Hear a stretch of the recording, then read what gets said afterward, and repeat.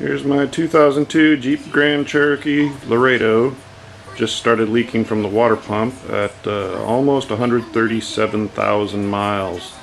So we've gotten quite a few miles out of it.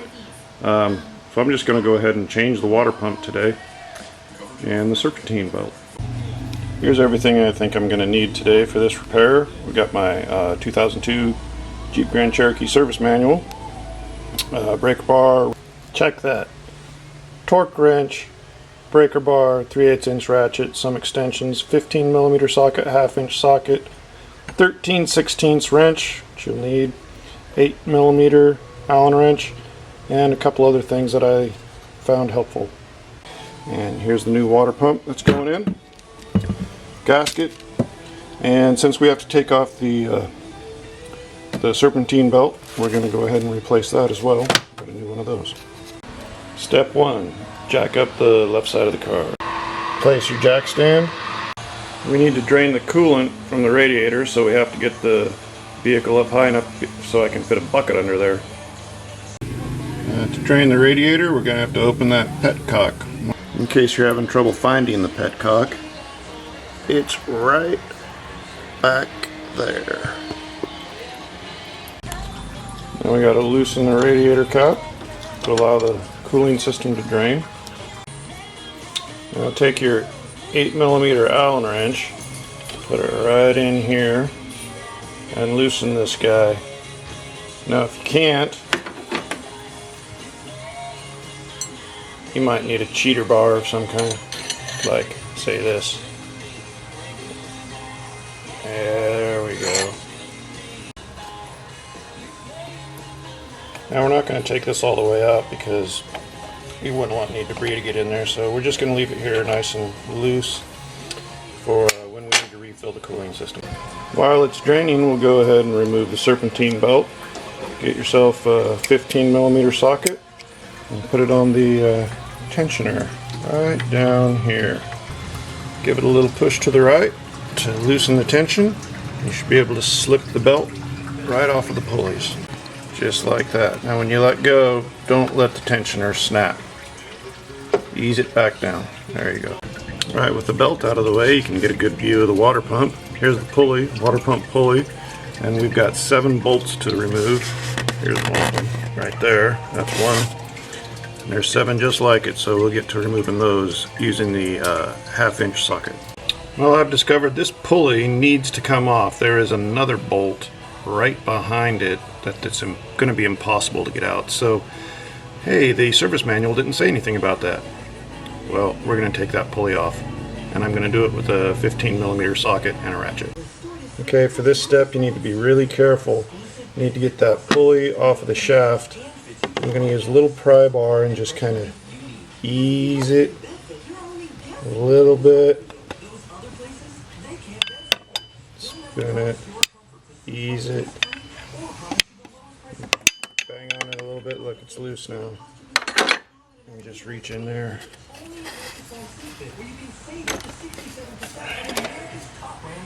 There it is.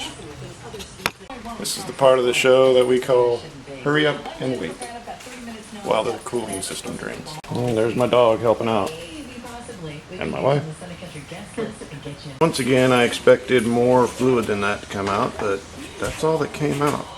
Alright, let's do a little quick check here. Make sure we got all the bolts out. There's 1, 2, 3, 4, and 5. And there's the last 3 right there. See them? There you go. Okay, now we need to get the water pump loose, so I'm going to use a trick that an old friend taught me a long time ago, and use a little dead blow hammer to do a little tapping, and I need an implement to transfer the force, so I'm going to use this. And I'm going to put it right on the end of that pulley. Here, hold that.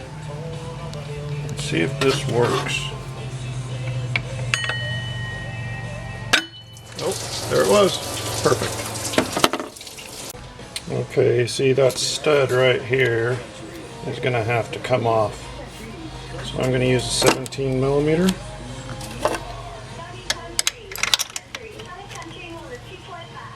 And give her, oh yeah, sorry about that. Okay, well, I'm having a little trouble getting this water pump out of here, so I had to remove the power steering, the line from the power steering pump right here, which fits in, I don't know if you can see it, but anyway, it comes out of there.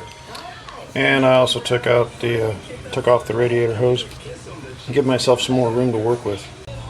Well, I finally got it out of there. That gave me just enough room. Now I got to clean that thing out. See, there's a little bit of grime in there that needs to come out. So we'll just wipe it out with a rag. Okay, well, now I need to clean the gasket surface. I'm going to use my little wire brush here. Can you see that? Yeah, maybe. Here's my wire brush. I'm just going to get scrubbing around the edges here. Got to get it nice and clean so it'll seal. Alright, got it all cleaned up. Now I need to get the new one in there.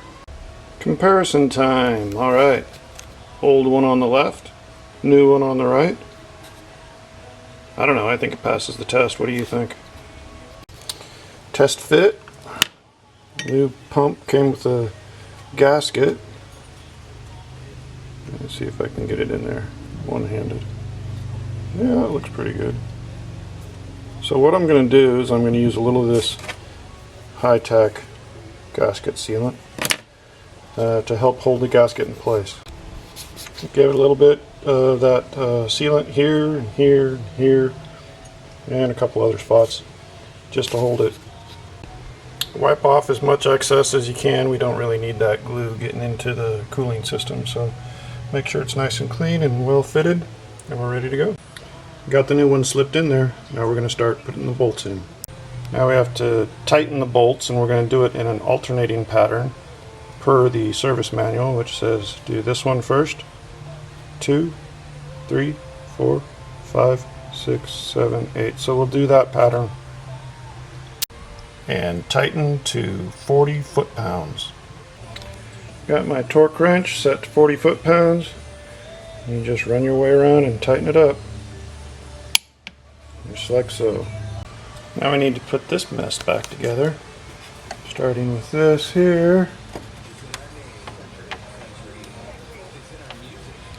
Reposition things if you have to.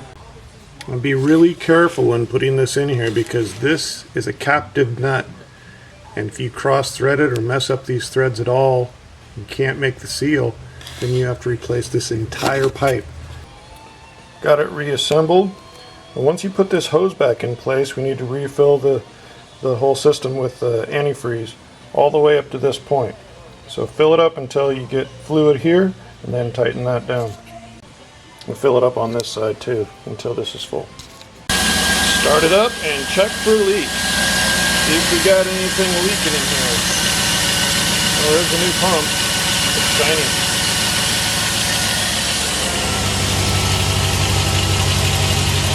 Nothing leaking under here. Looks pretty good.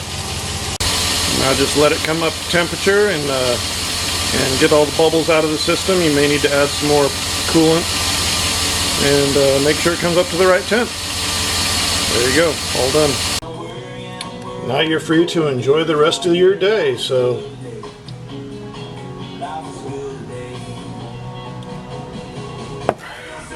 have a good one.